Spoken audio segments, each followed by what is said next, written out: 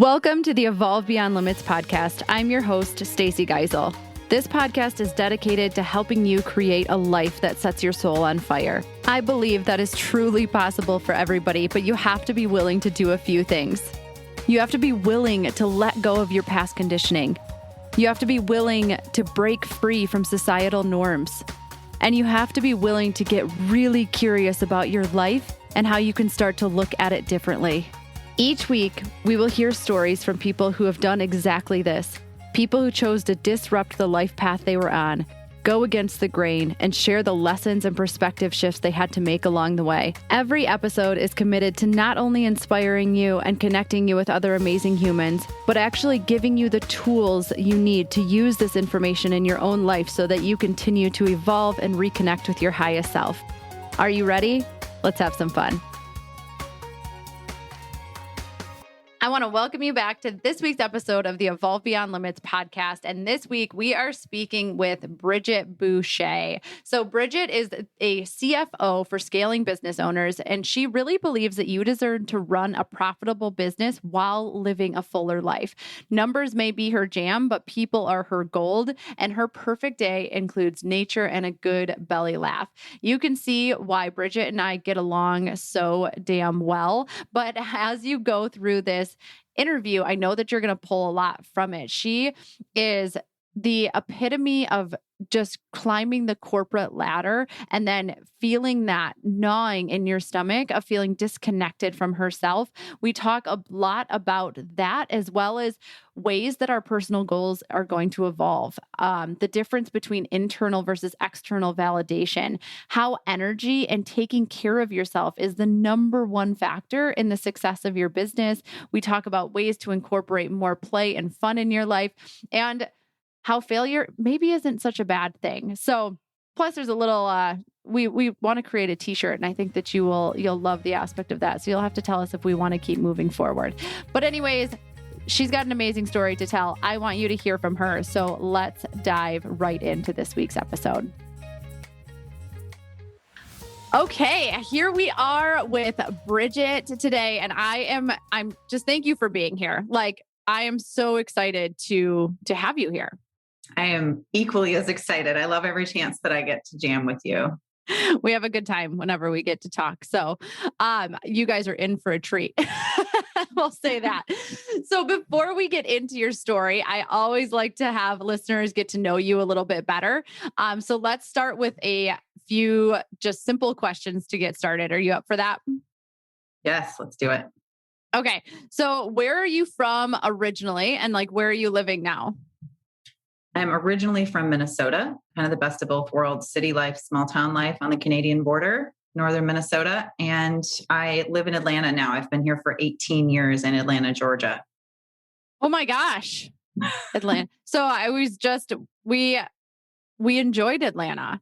I was the first time I'd ever been to Atlanta besides the airport was when at the beginning of our 7-week trip, when we stayed in Bridgette's driveway. It was so fun. But Minnesota, so you're a Midwest girl, moved south, been in there for 18 years. Yeah, kind of a hybrid at this point, I believe. Yeah, I bet. Okay, so let me ask you this. Where has been your favorite place to travel? Ooh, this has been so on my mind lately. And I'm sure anybody listening as well, you think back to all these trips and the experiences. Bali's been on my mind quite a bit lately. It was a wonderful, beautiful experience. I solo traveled for my 40th birthday. I spent the first week in Bali, and just the food, the cuisine, the culture, just the Zen, it's like the mothership of yoga. Like, it was just amazing. And so I love that you asked that, because that's literally the first thing that came to my mind. Okay. So I have a question, because can you ride elephants in Bali? Yes. And swim with them. Oh my gosh, I have to go. Okay. So that has been on my heart lately, as riding an elephant. And Andrew told me he would take me to the zoo, but that's not what I want to do. So, right. It's a little bit different. I was actually, now that I'm saying that, I did that in Thailand. I didn't do it in Bali. I did it in Thailand, but I'm betting that you can. So this is something someone's going to have to let us know about. Yeah, please, somebody tell me, because that's where the next experience I create, we're going to Bali and we're swimming with the elephants if we can. So, okay, then what is some place that you haven't been yet that you've always wanted to go? Italy. I don't know how I haven't been there yet. Like pizza and wine and like beautiful what I don't know how I haven't been there yet. It is on my list. Have you been? We have not been to Italy. We planned a Italy trip with like our best friends, probably, oh God, 7 years ago, maybe. And because his parents or his grandparents were direct from Italy. And so we were going to go stay on this like little town village on like the Mediterranean. And then they got married. We were supposed to do it right after that. And then they got pregnant that was unexpected. And so no, the short answer is no, we have not been there yet, but yes, very much on our heart as well. Oh, yeah. Okay. I love it. So, all right. I know this is a loaded question, but what is like your favorite book? Ooh. It's First funny. one that comes to mind. Yeah. The 5-Second Rule by Mel Robbins. Okay. I actually haven't read that. So I may have to check it. It kind of started my journey with personal development, quite frankly. And I listened to it. So I kind of cheat readed it, but I've listened to it multiple times since then. I'm all about that. But I've learned that I actually can't read I can't listen to personal development books. It's like, I have to read them because I like to like highlight and like do all the things that there's like actionable takeaways. Typically that's the whole point of it. Right. I totally get that. Yeah. It's hard to multitask with those, but sometimes I feel like it just kind of like infiltrates and through osmosis, I feel better. And I'm sure it probably does work like that. But yeah, I learned on our RV trip that fiction books are like, if I'm going to listen to something and want time to go by, like really like just have just a great time driving, I put on a fiction book, which isn't something I do enough. So like, it's actually been a really great way to listen to more like, because there's a lot of lessons to be learned in fiction books as well. Yeah. They're based on something, right? There's some like universal truth in there. That's a great Absolutely. idea. I know it has definitely changed me. So, okay. Last one. What was one of your favorite things to do as a kid? What was my favorite thing to do as a kid? I loved playing sports. I loved the activity of it, the team aspect of it. Yeah, I would say sports. Any specific sport or just any sport? Softball, anything with a ball and a bat, wiffle ball, that was big. We used to have a garden in our backyard with like the green giant was like the corn, right? And if you could remember, just like fun, playful memories, being barefoot out there, that really just does come to mind. It kind of embodies like a northern Minnesota summer to me. And there's nothing like a Midwest summer, right? I'm talking like we're getting just into it right now. And it's so short.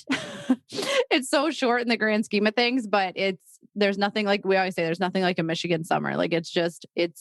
It forces you to be super efficient and intentional with your time during those couple months or however long it is. I agree. But then you don't take it for granted. That's for sure. Yeah, absolutely. Okay, Bridgette. So we met about a year ago. And you have quickly turned into one of my favorite people in the whole world. So we actually were having this conversation the other day about how sometimes we start to like box in our friendships. Like these are my entrepreneur friends. These are my work friends. Like these are just our friends. Like these are my friends from high school. But like at the end of the day, even though I met you through entrepreneurship, like you have just become a friend to me. And I couldn't be more grateful for that. So I want to dive into your story now. It's funny because knowing who you are now, it's really hard for me to imagine you like in a suit as like a CFO of a corporation, but something obviously led you there. So can you tell us a little bit more about that? Yeah, absolutely. I like I said, I grew up in Minnesota and I just took a very traditional career path. My family wasn't necessarily made up of entrepreneurs. Some went to college, some didn't. I just always had it ingrained in me that I was going to go on and go to college. It just didn't seem like it just was the next logical step for me. I went in knowing that I liked numbers. Literally the conversation went like this with my grandmother. I call her Gum. She's amazing. She's 93. She's like, what's your favorite, subject in school? I said, math. And she goes, you should be an accountant. And I basically said, okay. I mean, what do we know? What do we know when we're growing up? We're just like, okay, that sounds good. It's a safe job. And from there, it was just that. I went into accounting, I got my degree, I started working immediately. And just there was this corporate ladder kind of in front of me. And I was very much motivated by progression, accomplishment, a lot of, gold star chaser, like when you realize that you can get, some positive reinforcement when you achieve something. And that was just kind of how, I guess, starting with my childhood, I recognized that pretty early. And I felt that in my corporate years. So for the first 15 years of my career, I saw this ladder in front of me and I really wanted to reach the top. And the top to me at that time was becoming a CFO of a company. So I did all the right things, right? I relocated to Atlanta. I was 23 years old. I look back and I was like, what? But I relocated, I worked late. I did all the things that I thought I was supposed to do because when you do that, you advance. And I was so excited and grateful for the opportunity to make CFO by 30. So it's I think it was just shy of my 30th birthday. I don't even recall. It was right around there. And I was here in Atlanta and I made CFO and it was like, that's it, oh my gosh, I've done it. And it was for a women-owned company. It was in a design and furniture industry, which was super fun because I had come up working in manufacturing environments. So I just really embraced it and felt super excited about it for about the first couple years. And then at some point, which I didn't have language for at the time because I didn't know anything about personal development, I wasn't really sure. I was very, again, externally motivated and validated as opposed to internally. So I just didn't know. But I felt disconnected. I felt much less excited. Like my patience was kind of running thin on things that I would just brush off. And, looking back on that, it really was me feeling really far out of alignment, but also not understanding what alignment even was because I had shifted so far from it. So I just knew that I had to get myself out of that situation. There was like this unlived life inside of me. And I was like, I'll be damned if I don't let her out.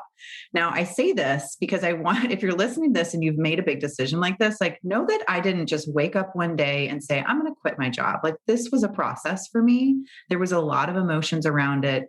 There was a lot of uncertainty and doubt. I actually resigned 3 different times from corporate, twice from the same company. So there's no timeline for something like this. But I will share this is when you start to have those whispers in your mind where something doesn't feel right, or it's not your path. It's like, this can't be my life. Like this is not sustainable. This is not representing growth or, whatever that is for you. It's just going to get louder and you can't unsee it.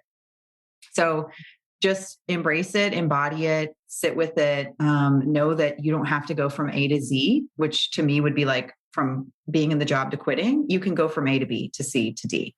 It's just about progression and getting you in the direction that you want to go. So that was 6.5 years ago that I resigned for the final time. So I've actually been an entrepreneur for 6.5 years, but I haven't been the entrepreneur that I am today for 6.5 years. And a lot of that has to do with community, mentorship, personal development, spiritual growth, just like expansive conversations like the ones you and I have. Like all of these things have brought me here today. And here today, I am an entrepreneur. I've scaled a business. I am a CFO for entrepreneurs. So put your spin on that. Like everything that you do primes you for the next step. So whereas like I call myself a pendulum swinger sometimes, and I was really in the corporate CFO world. And then when I left, I wanted to go so far away from it.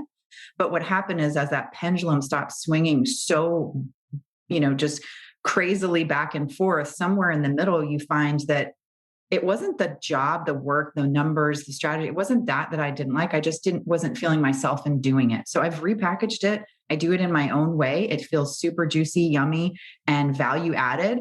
I serve entrepreneurs because I am an entrepreneur. So don't abandon everything about your life. Use it as a building block to bring you back into that alignment as you define it, because it's going to change. So that's where I am today. That's kind of the nutshell of the story, but it's really, and it's in progress. Like, hey, to be continued, right? That's the coolest part about what we do is we're just always growing. And I just feel so excited to be, I thank my former self for all those decisions that were made, because there's a lot of hard ones in there and there's still more to come. But dang it, when your life starts to represent and resemble like what you had thought it would look like, stop and celebrate it. I mean, just stop and celebrate it. So I feel really good about that right now. And that's kind of where I got from A to B to Z to whatever I am. I don't even know what number. It doesn't matter what letter. It doesn't matter. It does, and Doesn't thank matter. you for sharing all of that. And I think there's so many different takeaways we could have from that, but just starting with what you said about, it's really interesting to me that in our society, like the only thing that we're taught is, most people, I'm going to say most, not everybody, but like, is that you go to school, you get the job, and it's the job that the career counselor has told you that you should go into. Or like your grandma said, like, well, this is obviously the way that you should go. You go, you get that job. And then like the expectation of society is that you sit at the same job for 30 years until you retire and then you go live your life. Mm-hmm.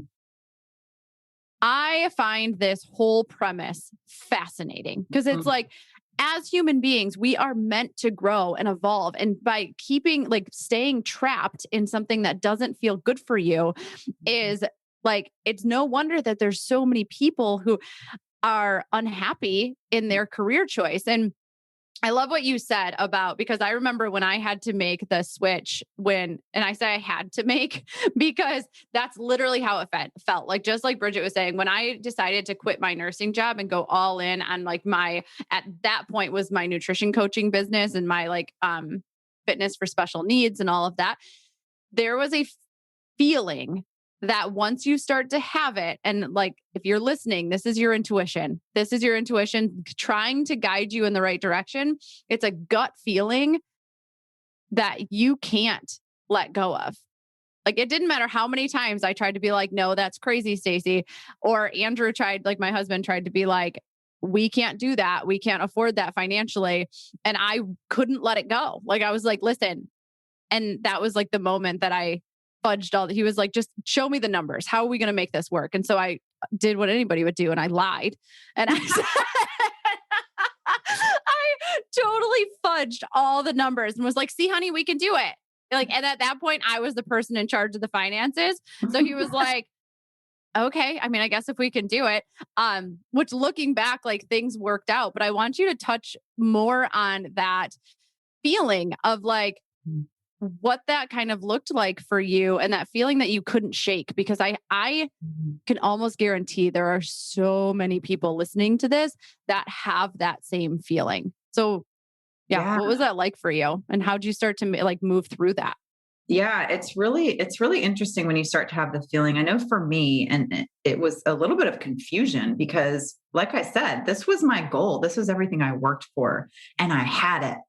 And then I all of a sudden, it wasn't all of a sudden, it was probably 3 to 4 years in, wasn't enjoying it. And then I thought, well, how do I even trust my own gut? This is what I thought I wanted. Because again, you think you're going to reach this goal and sit there for a while or camp out, for the rest of your life. And that's not the case. Like we grow as humans, our goals grow, our definition of success needs to be continuously redefined. And so I was confused kind of at first, thinking that I should just quiet it down. You're just having a bad day, whatnot.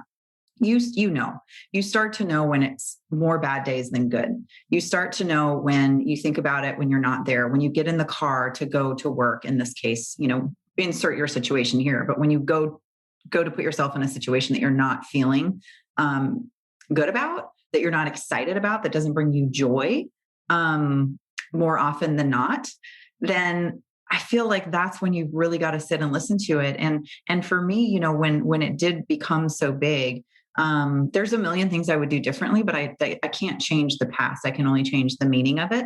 And I look back and go, okay, well, this is how I handled this. This is how I did it. It was exactly the way that was meant for me. But looking back on it, I would have probably stopped. I talked about it a lot with those close to me, almost looking for permission. And I was never going to get the permission that I felt that I needed. And so as a result of that, my journey of leaving, untangling this kind of like connection to this old version of success took me a lot longer because I was seeking outside permission. And the reality is, you're the only one that's going to look in the mirror at night. You're the only one that's going to sit with your thoughts alone. Create that peace inside of you.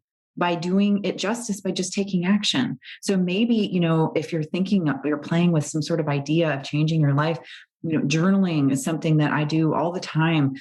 Play with some numbers, be like, what if today was the day that I was going to make that decision? How would I feel? We have this entire inner dialogue for a reason. And a lot of times we let it run away with the negative thoughts, the doubt, the shame, all of those things. But dang, what a fun tool to be able to play with. Nobody's inside your head. Nobody's seeing it. There's no shame there. Just use your own thoughts to figure out if that intuition that is speaking to you is the one that's directing you to that next step. That's saying, this is the next level you. Like, this is actually guiding you. And at some point, it can feel like a little like whisper or a nudge or like, bam, right on the head, right? Like, we've all had those moments where we're like, okay, I didn't even need a sign because it's so obvious. But those are some things that I would say is like, you don't need external permission. You just need to be good with it for yourself. Because when I actually did make the decision, I was kind of still trying to convince those in my circle, including my husband, while still trying to convince myself. And that's that's an emotionally draining kind of spot to be in, right? Yeah, so much. Yes. And I love that you said, like, you're not going to necessarily get the permission that you're looking for, because from my experience, when you choose to go in a different direction that is unknown to most and hasn't been explored by very many people, especially in your circle. Like, I did the same thing with, like, there's nobody in my family who's an entrepreneur. Like, most people aren't going to understand it. And they're also not going to support it because they don't understand it. Not because they don't think that you can do it. It's because they've never even considered that option for themselves. So you have to be able to trust that. And this is like what I love about what Bridgette said, is that she had to finally hand over the trust to herself. And I think that is a big misstep for a lot of people, is that they're looking for something. We are taught to look outside of ourselves for the answers. And nobody teaches us to really look within for the answers. So what do? We read the books, we listen to all the podcasts, we do all the things. We're like, someone just please tell me what to do. And life would be a lot easier if people would. I mean, that's essentially how we live a lot of our life, because it's easier. So how, like, with that said, what was kind of like the most difficult part of that transition, and also like that learning to trust yourself? Oh gosh, the first 4 years of my entrepreneurial journey I played really small. I didn't really understand so much about what an entrepreneur was. I thought I had to do it by myself. Like, if I didn't build a business by myself, then it wasn't really mine. Like, I just didn't hire people. I just played really small and kind of stuck in my network, but I was just trying to kind of go through the motions. And I think during that time period, there were some moments where I realized, I call them the bathroom floor moments. These are real. If you're listening to this, you kind of understand this might resonate with you. Where you have these moments like, I thought it would be better. I thought I would be happier. Why is it not XYZ? Does my husband or my family believe I have a real business? Like, what does success mean to me? And am I okay with it? Am I bold enough to be able to stand up in that definition? And so the bathroom floor moments, I remember specifically, one, where you just find yourself weeping, I mean, these are emotional things. These are life-changing decisions that you're making, and the emotions are bound to come with it. But when you work through it, you believe in it enough, those are actually pivotal points that are just part of the journey. So the bathroom floor moments where you're sitting there going, oh my gosh, why am I not happy? You're going to probably question yourself, because we know that no matter what we are calling in, it might be delivered in a different package. It might come in differently. If we're not clear, in my case, it's the universe. Like, how is the universe going to know what the hell we're talking about? Right. And so those types of moments happen during those first 4 years. And then at some point, you go, nothing's going to change unless I change. Like, I've got to do something super big and intentional. And for me, what that was, where I was like, no more playing small. I'm not meant to do this alone. I don't know why I'm still trying to do this alone. And I need people around me that are thinking bigger. And so for me, it was investing in myself, investing, in mentorship, spending more money on something than I'd ever really spent on, to just really be around people that thought bigger, because I knew it was in me, but I kind of just needed that like energy around me. And so that was a big change for me. But guys, it didn't happen in the first 4 years. So your timetable is your timetable. You can speed it up. Something in this conversation with Stacey and I might really resonate with you, and you go, that's my sign. I'm doing it. I'm ready. But know to give yourself grace throughout the process, because there's no timeline but your own. It's just a matter, are you more uncomfortable staying where you are? Or are you willing to be able to go and say, I'm not going to let my fear of the unknown get in the way of the mission that I meant to fulfill? And only you can pinpoint when that is. Mm. Yeah. And I think that's really important for everybody to hear. And I'm glad that you shared that, because there's a lot of hard moments. There's a lot of hard moments when you are making any type of huge change. And whether that be quitting your job and starting something new, or just any big change in your life, there's going to be a lot of hard moments. And people don't always talk about the difficult moments, but yes, we've all had the crying on the floor, like, why is this not working? How come it's working for everybody else, but it's not working for me? And the thing is, like, you just haven't learned the lesson yet. Mm-hmm. And it's such a hard thing, but it's like, that's why, again, turning inward and saying like, okay, like, what is the lesson? Because we're always being tapped on the shoulder with lessons until they hit us in the face with a 2x4. And then we're like, oh, there it is. And once you can start to listen to yourself a little bit more, and you have a few of those moments, you're like, okay, like, now it doesn't, like, the lessons don't have to be so painful. They don't have to hurt as bad, because you catch them before they like get to these like insurmountable moments. Right. So, and if you haven't listened to an episode, I did an episode, and it was Don't Keep Your Circle Too Small. And I think that, like Bridgette said, I want to highlight this because, she joined I joined the mastermind, and that's how we met. Again, like, you'll notice a theme on this podcast. A lot of the connections that I have made have come from that. And I'm going to let you tell your story, because walking in to that mastermind, like, I came in one round after you, but you did it a second time. So thank goodness, because I got to be in your presence. But can you tell us more about that first? Like, the first time you walked into that mastermind and you're like with this group of 50 people that you had no idea who they were. Oh my gosh. Okay. So I'm going to use even just the word evolve, because I know this is so big to you, the podcast name and all this, but it's actually more of, that's what we're meant to do, is evolve. Right. And I can say with 100% certainty that I actually did this mastermind 3 times. So there was 3 full times. The first time I did it, this was the first time I'd invested in myself. I'd never been in a room of entrepreneurs. I was out in LA for this in person. I'm nervous. I'm like, oh my gosh, I feel like I'm sweating. I don't know what to do. We walk upstairs to meet everybody in person. The AC's out. It gets worse. I realize I'm in this room. Everybody looks so cool. Like they have their shit together, and I don't know what I'm doing. And I'm like this corporate person. And I just, I didn't feel like I belonged. I didn't know where I fit in. I was really just kind of in observation mode. And I think I cried a lot because we did some meditation, and there's just all kinds of things that come up. And I was kind of starstruck by the hosts, because I had loved Chris and Lori Harder for so long. I'd been listening to their podcast. Mostly Lori is what I started with. And then meeting them in person for the first time and going, who am I to be here? Right. So you have all these emotions that come in when you get in the rooms with other people. And what you realize pretty quickly, if you're open to these conversations and learning, is that everybody is kind of in the same boat. They're on a different part of their journey in whatever way, but there's always some doubt. There's always, how can I help? Or how do I fit in? Or, when you're building something, that's part of the process, those emotions. And so that was kind of like the first intro that I had. And then I was like, oh, I'm going to do all the things and, get really educated and grow and scale and all this stuff during this period. And when the next round came, I felt like I didn't finish what I started.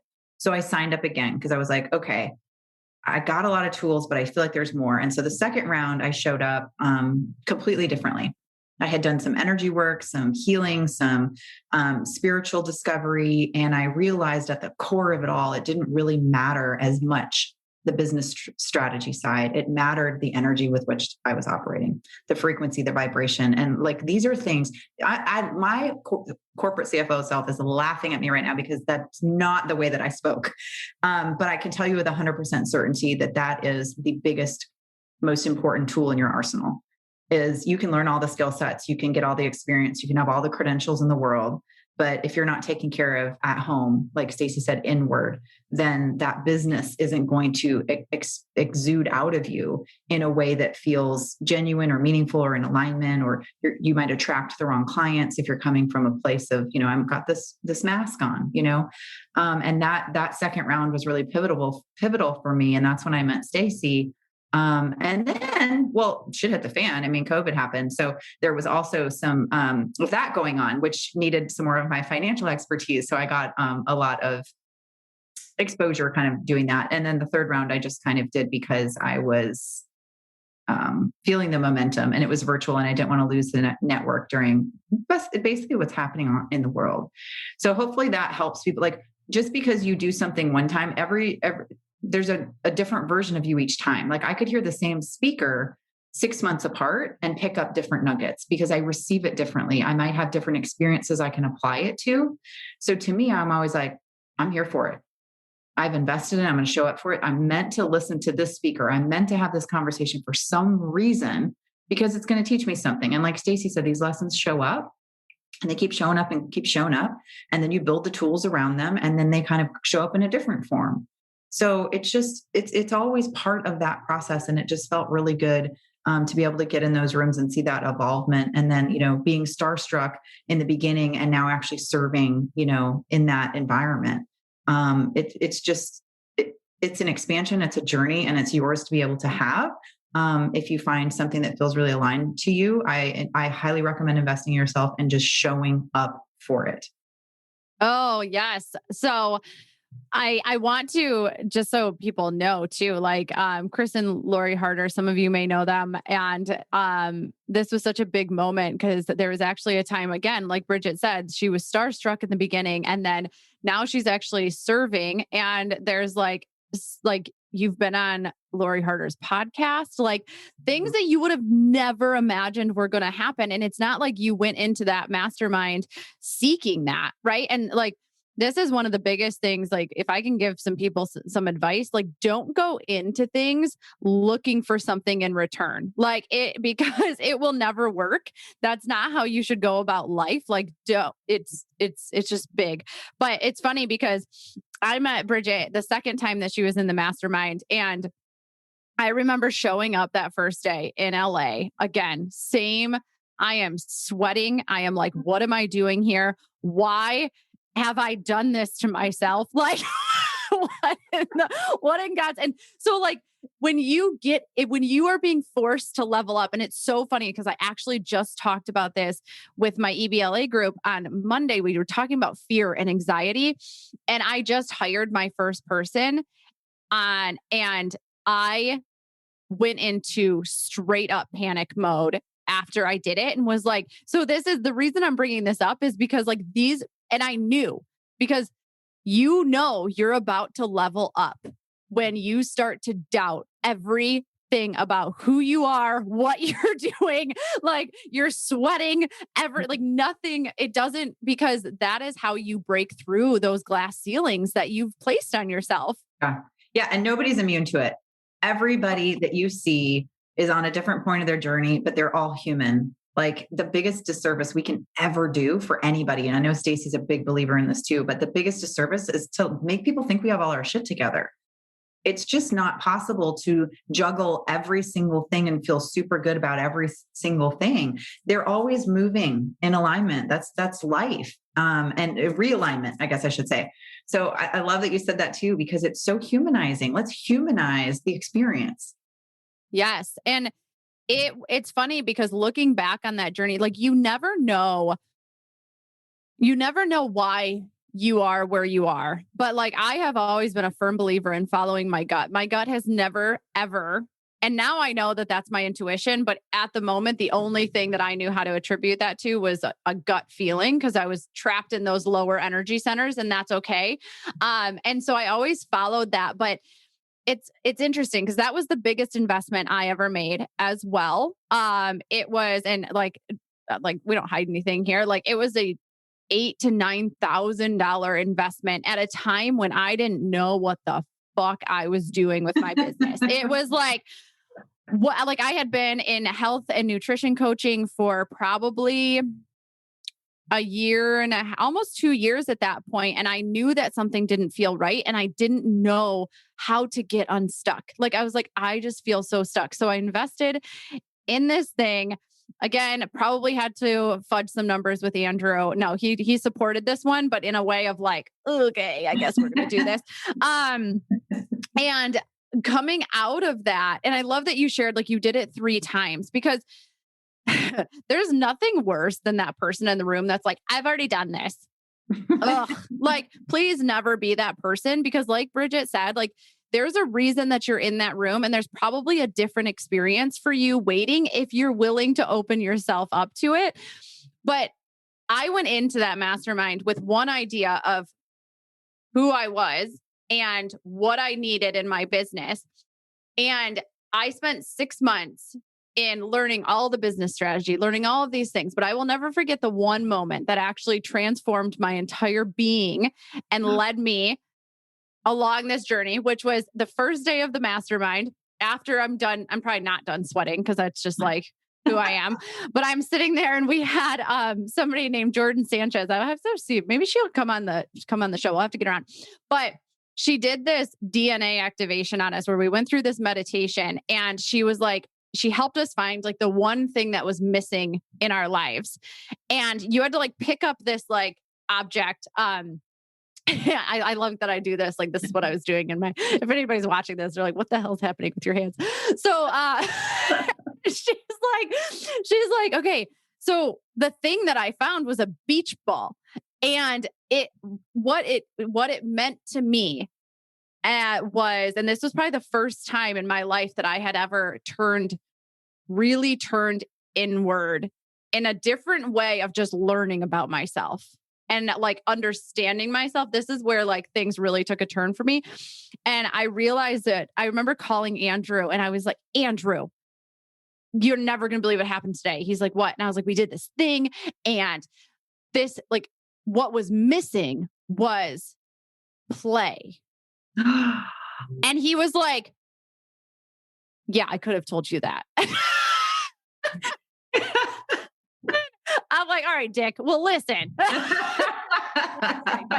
It was like that moment like I might have spent $9,000 for that. I don't know. But like at the end of the day, I even remember getting to the end of the mastermind and I was like, that is the one moment that transformed these last 6 months. And by the end of that mastermind, which was 6 months long, I was a completely different person. And I was creating a completely different business that felt so good. But and if any of you know me and what I stand for, play, fun, experiences of life. And like, that was it. And so again, just kind of going back to what Bridgette said is that you don't know why you're being led to where you're being led, but you do have to trust that you're going to get exactly what you need in that moment. Mm-hmm. Yeah, you're going to have the experience you were meant to have. So whatever that is, that's a big part of being on this journey of whatever that journey looks like for you. But it's really a big part of just saying, this is meant for me, and not always depending on just the black and white of it, the logical side. I used to be so stuck in my head. I mean, like, I'm a spreadsheet person, right? Like, I like numbers. I like things to tie out. So stuck in my head. I had such a distance between head and heart. And it wasn't until I could finally drop into my heart, which came with a lot of tears, a lot of emotion, and realize that there was a connection there. I'm still doing that work. That is something that's a lifelong process, I think, for me, and for many. But I think it's really important that what Stacy says, Stacy actually lives and embodies. And she reminds me as often as possible in the ways that she lives her life to incorporate play, because that is something it was such a rigid environment that I was in. It was almost taboo to like think about play or, but if we leave behind whatever the structure is and we go and rebuild our lives the way that we want it, and it doesn't include things like joy and play, what were all the personal sacrifices for? Like, what the hell was it all for if we're just going to build something outside of these walls and do it in our own, like a similar structure? So redefining productivity, you talk about that a lot. I love that. The play, the fact that, there's an inner child in us and she wants to get out. What did she enjoy doing? I always tell people, like, when you spend your time, you should be doing one of two things. Either, it should bring you money or joy. And if you can find one that brings you money and joy, double down on that. Like that's the ticket right there. Yes. And it's such a process to get there. And like Bridgette says, like she started her entrepreneur journey 6.5 years ago. And it was probably I won't forget the moment that the Unicrowns came to fruition in Scottsdale. Like it was just when we all got together in Scottsdale, Arizona. And it was only about a year ago that, so after 5.5 years of trying to just figure it out, like all of a sudden that thing that brings you joy and money, and you found it and you were able to double down on that. But that was a process. And same thing with me. Like this has been a hell of a process to get here. Yeah. It's so important to know that, like, I would challenge people to say, if you get it right the first time, did you really get it right? Like, these are iterations that take a lot of time. So, the pandemic hits, entrepreneurs are kind of like, what problems are out there? What demands are out there? How can I solve them? I pivot. I put out 8 different offers, 8 different programs, webinars. I was webinaring my ass off during the pandemic, just all kinds of different things, personal finance, business finance, all the relief programs, all that stuff. But to Stacey's point, it's like I spun and spun and spun and pivoted until I got dizzy.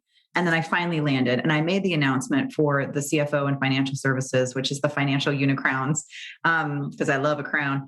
And I made the announcement in Scottsdale and I literally had tears in my eyes. Like I felt like, oh my gosh, this is it. These are the people I want to serve. I want to serve people that lead with their heart, that have a passion, that aren't as rigid, that understand that this is a journey and nobody gets an entrepreneurial journey like an entrepreneur. So it was really a beautiful moment. That was, we whiteboarded the process out right here in this office in the very end of July.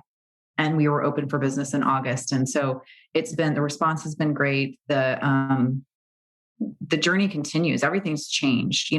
What we whiteboarded out is no longer. So know that when you try something for the first time and you do build it, like you just have to take action so that you can make the first adjustment, because there will be adjustments.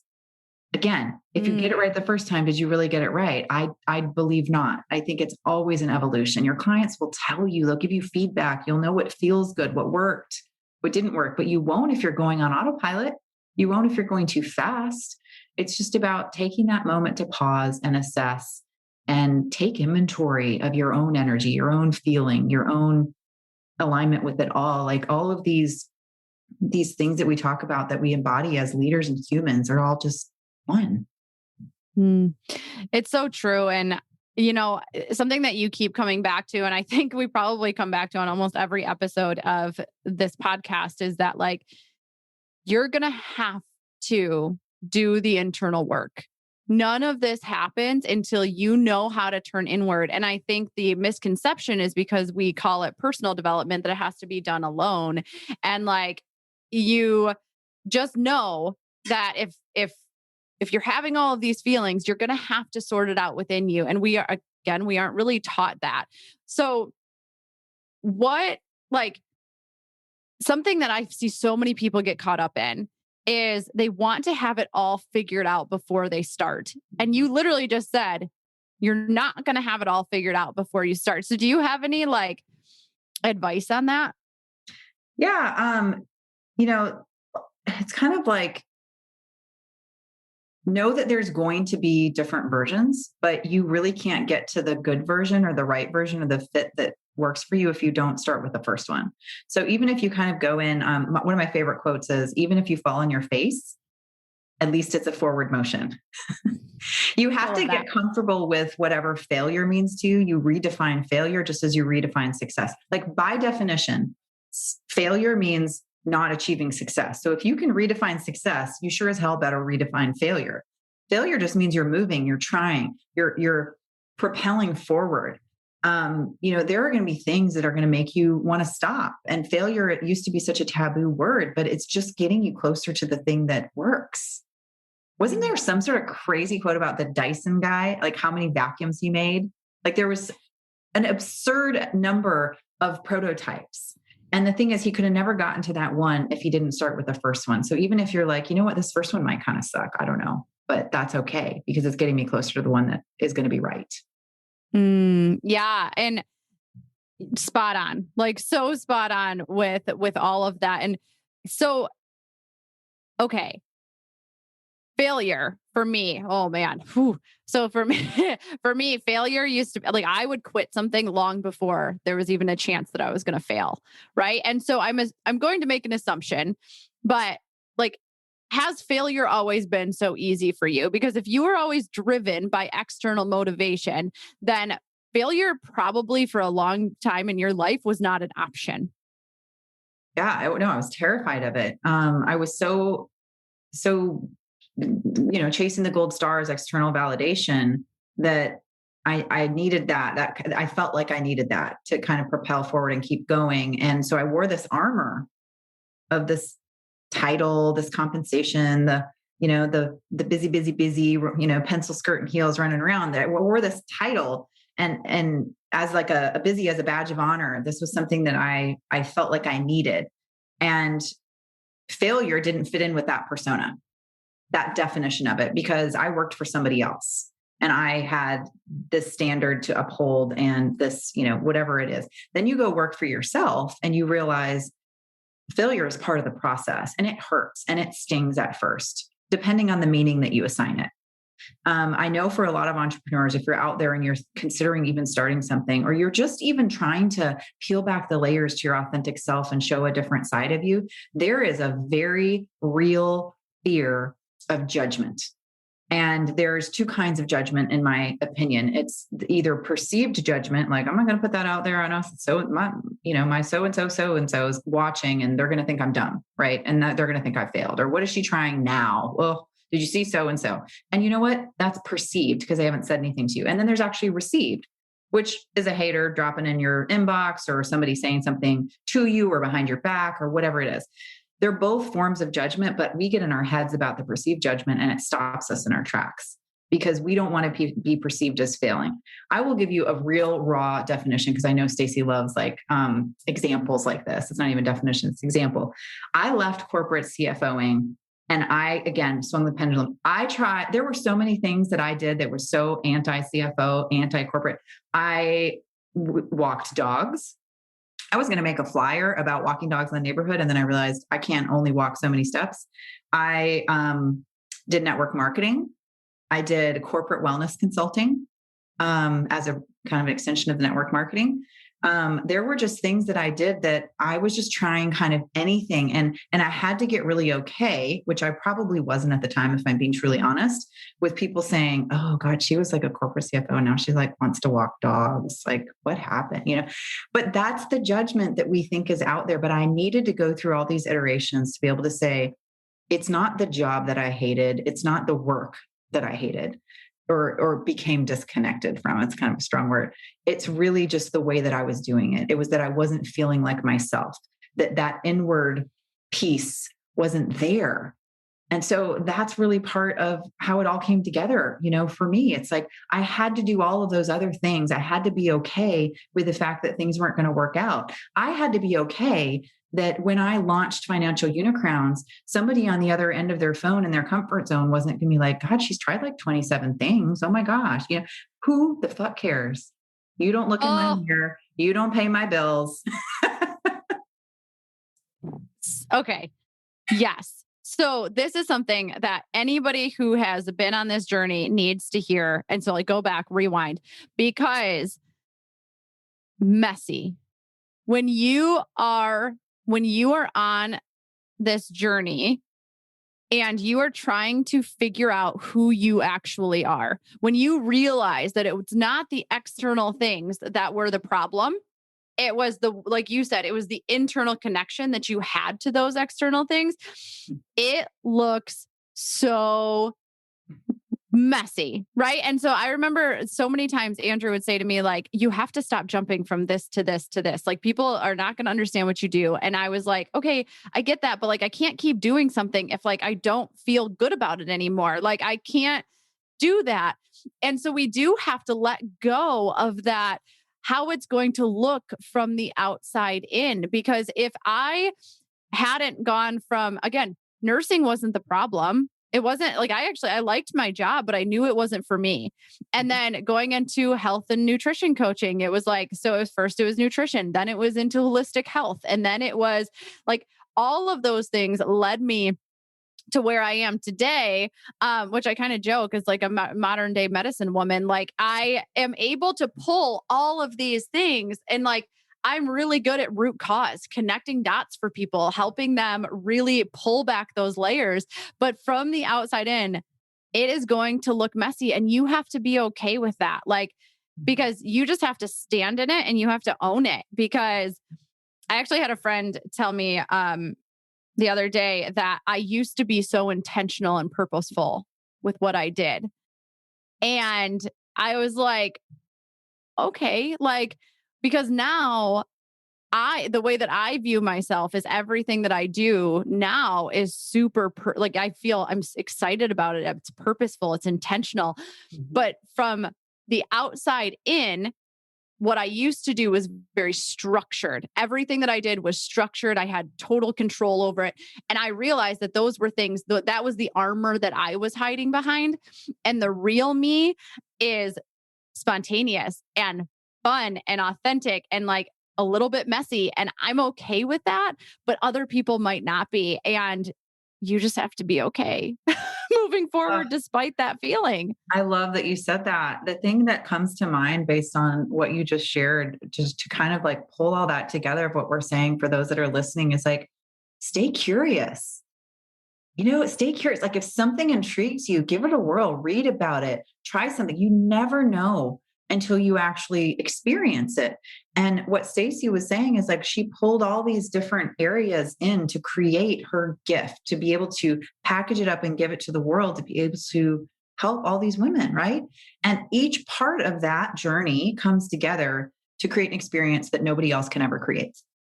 And that's the beautiful part of it. If you want to be uniquely you, you've got to explore all parts of you. Yes. And you will never, but like, you're never even going to give yourself the chance to do that if you're so concerned about what other people are going to think about you. And that's something that I love that Bridgette said. And just to like hold on to that, because you have to people are going to judge you whether you do it or whether you don't. So you might as well go for it and see what happens. But stay curious, experiment, like have fun with trying out different things. Like who gives a shit what people think? Because most people aren't happy. Mm-hmm. Oh, that I want a t-shirt. Who gives a shit what people think? Because most people aren't happy. I love it. It's so true because we forget about that. And I think the biggest thing is, go for it and know that if you see somebody going for it, cheer them on. Cheer them on because we're all just trying to live our fullest expression of ourselves and be accepted for it. Live our fullest expression of ourselves and be in joy as a result of it. Not everybody's your people, and that's okay. One of the things we didn't touch on, but just know that some relationships change over as you grow, and that's okay. It's actually probably meant to be. I'm a big believer in soul contracts, sacred contracts, that people are in your life for a season or a reason. And that's part of the thing that is an evolution. You want to protect your energy and you want to surround yourself with people that lift you up and support you when needed and that you can support and they can receive it.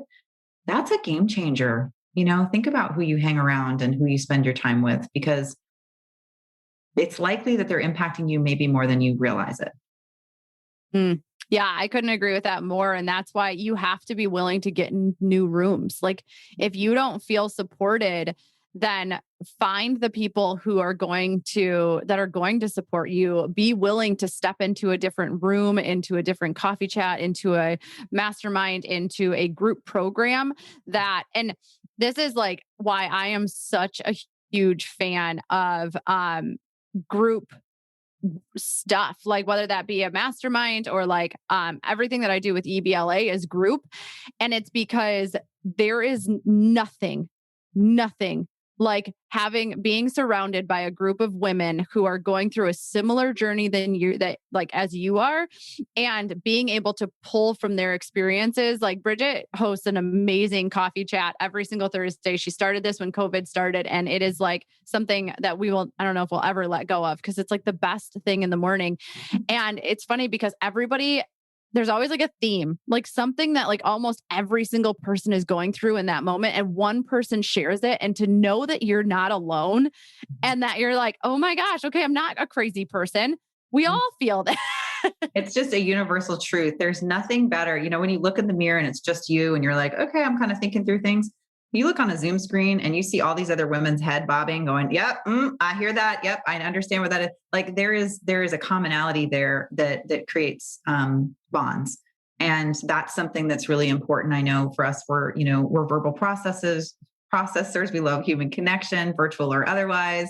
And so if that's something that you thrive on, I would seek that out. And if you can't find the room, create the fucking room. Like, yeah, nobody says that you have to go to somebody else's, right? For sure. And if you don't think you thrive on that, take a step back, because and like examine that, get curious about that, because I used to be like raising hand, the ultimate, like, I don't have girlfriends. I don't need them, because growing up, I was taught that women are catty. Women don't have your best interest in mind. They're always trying to steal your boyfriend. Like there's something going on. So like, I don't know, but so like that was really what I believed. And therefore I didn't need in my like life, I didn't need women. I didn't need girls. Well, I wouldn't give up those friendships that I have created for anything. And so I was afraid of vulnerability. I was so afraid to show any sign of weakness that the idea of getting around a group of women and actually expressing how I felt was paralyzing to me. And so it's easier to say, no, I just would rather do it alone. Mm-hmm. Mm-hmm. Don't do it alone. Please. Yeah, we're not meant to. We're not meant to, but you got to choose, that wisely. So, yeah. Okay, one more question, Bridgette, before we pop off, because this has been, we could talk forever, but what is one lesson that you think you are still in the middle of learning right now? Oh gosh. Let's see. You know what? I think as I'm scaling my business, I think I'm constantly trying to simplify. I feel like sometimes I try to chase too many things. And so keeping things simple, I can overcomplicate things. I think we all can. But I think when you simplify things, you can really appreciate the true, genuine, organic part of like the abundance that it can bring. We clutter things up a little bit. I know I do. Yeah, physically, emotionally, mentally, yep. Right? All the things. So I think that's really powerful. And this just kind of goes in alignment with this whole episode, is that we are taught to always be chasing more, more, add. And I cannot say enough. Try getting rid of some things. Right? Like, and just like Bridgette said, like simplify. Life is actually very rarely do we need to add more things to our plate. We have to look around and say, what can we start to take away? And so I love that lesson, and I love you. And I couldn't thank you anymore for coming on and just sharing your wisdom with the listeners of this podcast, because I get to talk to Bridgette every single week and she'll blow my mind. So I know that people are going to take so much from this. How can people get in touch with you if they want to? Like, I know they're going to want to just kind of hear more. Yeah, I am on Instagram the most. That's probably the best way to get in touch. It's just Bridgette Boucha, Boucha. And I also, if you're an entrepreneur, I do a free Facebook group called Money Mondays, where I show up live every Money Monday with some money bombs for entrepreneurs. So if you're looking for a little space where you can get some tidbits about the thing that you might not talk about a lot with other people, which is usually your finances, that's a good free resource and a place to connect with other entrepreneurs. So yeah. And then the Betterment Brew Chat is for female entrepreneurs. So either way, it's all going to source from Instagram. So Bridgette Boucha. Perfect. Yeah. And please reach out, like get into that Facebook group. I'm on her Facebook group. She is always sharing amazing, just nuggets about money and things that we have to be thinking about. Like that was something I avoided for probably 2.5 years of my entrepreneurial journey. It was like money, what money? And like that, we could go into why that was on a later date, but Yeah. for now, we'll just leave it there. So make sure that you connect with Bridgette, even if it's just to say hi or like something that resonated with you from this interview. We love to hear those things. So again, Bridgette, thank you for being here. And I just appreciate you so, so much. Thank you, Stacey. Here we go. Welcome back to the Evolve Beyond Limits post show. So Bridgette, man, there's so much that we could actually take from that, but I want to talk about, because we leaned into this idea of intuition and versus like this feeling of just knowing when it is time to move on from something, or it's time to take a leap, or it's time to invest into a program or whatever that looks like. And so I want to talk about the difference between intellect and intuition, because we need both of these things, but most people don't actually know how to listen to their intuition. And so I think it's really important that we talk about this right now. So let me talk about intellect first. Intellect is there to keep us safe.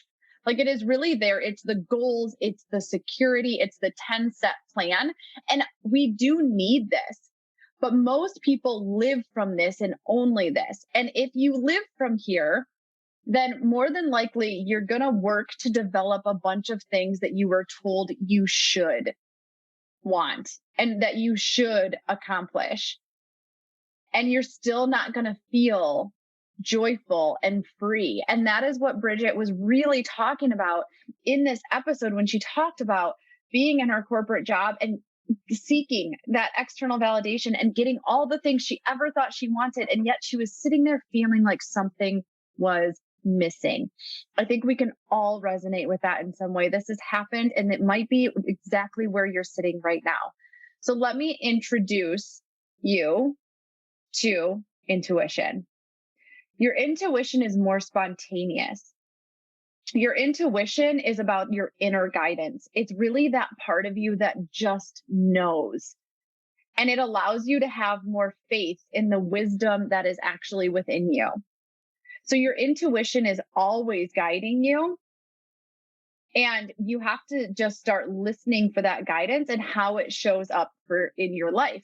But intuition it's very much, it's more spontaneous. And that's why it's a little bit scary, because it doesn't necessarily follow the 10-step plan that you had in your head. But what intuition does is it leads you into the room that gets you in front of the person that is going to take you from step 2 in your plan and let you skip all the way to step 8.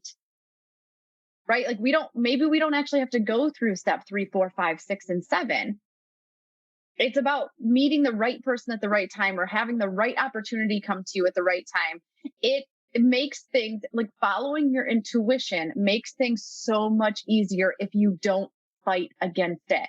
But here are some things that you need to understand about intuition. It doesn't always follow logic. It's kind of that feeling of knowing without the words. Like we talked about, that gut feeling that like you just know that something is off or right or wrong. You have to be willing to trust that. And we talk about this a ton in EBLA, because like it's having that trust within yourself to make the next best decision for you. It is really attached to your higher self. It's not bound by time and space. It's not bound by your physical body. It's more of a soul reaction than just a physical body reaction. It doesn't operate necessarily in the past or in the future. It kind of takes what's in your subconscious and it goes into the future and it allows it to start happening for you. It tends to speak in things like insights, revelations, or urges. Like I was talking about in the interview, most people can resonate with a gut feeling or a feeling in their body that they're being pulled towards something. And the reason is because most of us are stuck in our in our lower chakras. And it's not a bad thing. It's just that we haven't done enough of the internal work for it to connect to our upper chakras, which is really where our intuition kicks in. But everybody has it. And right now it just might be showing up as that urge that you need to do something different, or you need to move in a different direction. And it's funny because it kind of comes through in this feeling of like, have you ever had those thoughts of like, wouldn't it be fun if, or like, wouldn't it be super joyful, or like, what do I want to do today? And that a lot of times is your intuition talking, but then your ego comes in and your logic comes in and says, oh, but you can't. But really, can't we? Maybe that's just fear, right? So it really, and this is the thing, is that intuition gets really heightened when we are in that feminine energy, when we're in that playfulness, that joyfulness, that fun. Like, think about when you have your best ideas. That's where it comes through. So again, I couldn't tell you before why I went into nursing, why then I became a nutritionist, and then finally shifting into this place where I am now as this spiritual guide, this life coach, this person who is putting on experiences and like helping people just truly live lives that set their soul on fire. Because I followed my intuition at every moment of that. When I knew that it was time to pivot, I allowed myself to pivot. And once I did that, it's like the doors start to fly open. I don't know how it's all going to come together, but I trust myself enough to know that it will. The universe or God is always there to support you, but only if you're taking the action steps to move forward. Only if you support you will it come in and help you. Okay, so take credit for what you have created and what you're going to create. All right, so I want you to think about that this week. I want you to what are some areas in your life where you are being pulled to do something else, where you are being driven to, where you just feel this unsatiable urge to move on from something or start something or whatever that looks like. But where could you start to take a little bit closer look at your life and say, is my intuition coming together? Where is it? Is it something that is guiding me? And allow yourself to kind of bring that to the forefront. So you can develop your intuition much faster if you allow yourself to sit in stillness. Stillness, silence, meditation, that is some place where you're going to be able to really start to tap in. But I'll do a whole nother episode on that because I don't want to keep this too long. So take some time this week to think about, when are some times that you followed your gut and how has it worked out for you? Are there places where you're really resisting your intuition and you're allowing the logic to be the guiding force? And how could you start to shift that? It doesn't have to be all or nothing. Look at Bridgette. She quit her job 3 times, right? It doesn't have to be all or nothing. Life isn't black and white. But what are some changes that you could start to make to be more in alignment with where your intuition is guiding you to go? Think about it. And until next week, make sure that you are getting in on journaling. Is a great way to really start to heighten and understand like your intuition. And so if you want to be part of our community where we send out journal prompts every single week, then make sure that you shoot me a text at 248-206-3431. Just send journal 2021 so that I can send those to you. And I would love to know, like, hear just more about this journey. I want to come along on this journey with you. So share this, tag Bridgette and myself on Instagram with your biggest takeaway. And this month, you know that we are, for every review of the podcast, we are donating $5 to Reality's Chant Sanctuary and Rescue, which is here in Michigan. And I want to make sure that we are just really supporting great causes as we go through this journey together. So Thank you for being here. Thank you for listening. Thank you for spending this time with us. And until the next episode, keep evolving.